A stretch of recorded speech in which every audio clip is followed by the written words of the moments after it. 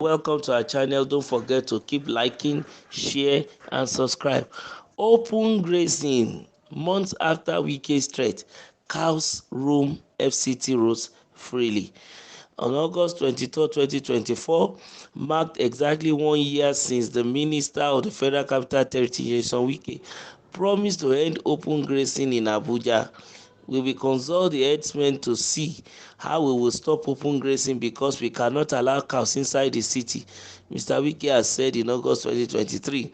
In March 2024, during a meeting with the Belgian ambassador to Nigeria, Daniel Bertrand, Mr. Wike, a former governor of Rivers State, reiterated this stand. Daily Post, over the past 16 months, monitored major spots around the city and satellite towns to assess the implementation of the policy. The finding reveals that cows are still grazing in the city. In August 2024, a large herd of cattle was spotted around the defense headquarters, moving majestically in the middle of the road during working hours. Similarly, in September 2024, another herd was spotted very close to the newly constructed residence of the Vice President, opposite the gate of the Office of the Secretary to the Government of the Federation.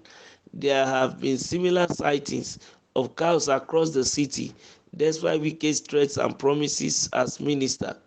The minister is gradually coming to terms with the politics of cattle within the context of Nigeria. Shefiu Adio, a resident of the city and a taxi driver, told Daily Post when cows blocked the road near the traffic light close to the defense headquarters. Mr. Adio explained that the conversation around cows has become highly politicized, adding that such an order by the minister is seen as targeting northerners who are predominantly involved in cattle rearing. Wike must understand how delicate the situation is in Nigeria when it comes to cow. In Rivers State, that order will have been obeyed without question. However, in Abuja, seen as the capital where everyone is equal, his directive will be seen as an attack against northerners. Mr. Adio said, as many passengers in his vehicle fumed over the audacity of the herders, Daily Post observed open grazing in 16 locations across the city, including Asokoro Extension and Guzape along the airport road. Herders graze their cows on grasses growing on the highway. To many residents, these cows are openly referred to as government children.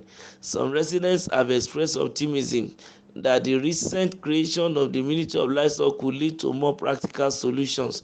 Rapid urbanization is not helping matters. Many Fulani communities have been displaced, and areas that once provided grass for cows now have estates on them.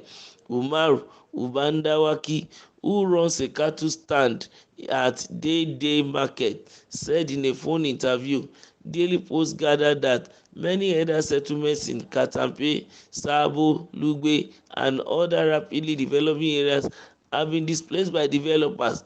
The minister must offer better solutions rather than threats, Mr. Ubandawaki said. This is not the first time Mr. Wike has made pronouncements that were largely ignored. Some months ago, he ordered the removal of beggars from most parts of the city. In some instances, they were forcefully removed. However, the beggars still occupy several places in the FCT. Wonders shall never end in this country. Yes, the cattle rearing issue is a delicate one, especially in the northern part of the country. But in this scenario, we are looking at the Federal Capital Territory, the seat of power of Nigeria, and the Minister of the Federal Capital Territory was assuring that that thing will be a thing of the past even in Abuja. Of course, we know it's not an easy feat, it's not an easy task, but we still expect him to achieve it. But while trying to do it, the place of human face, government understanding is expected. Like Ubanda Wangaki was talking, that yes, he has places where they rear cattle, but a lot of situations has warranted that their settlements have been taken away due to urbanizations. Okay, then what it should be the solution for them, and that is what should be before the table of the minister of the FCT. he cannot force these people out of the city, because the city was sited in their own enclave, as it were, where they have been grazing before then, and then we came to take over their place, and then we expect them to just live like that.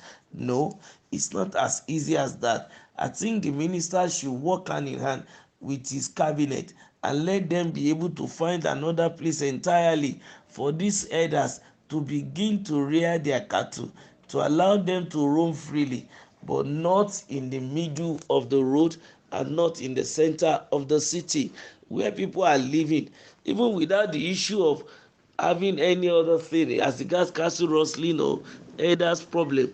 Cattle among human beings is dangerous on its own.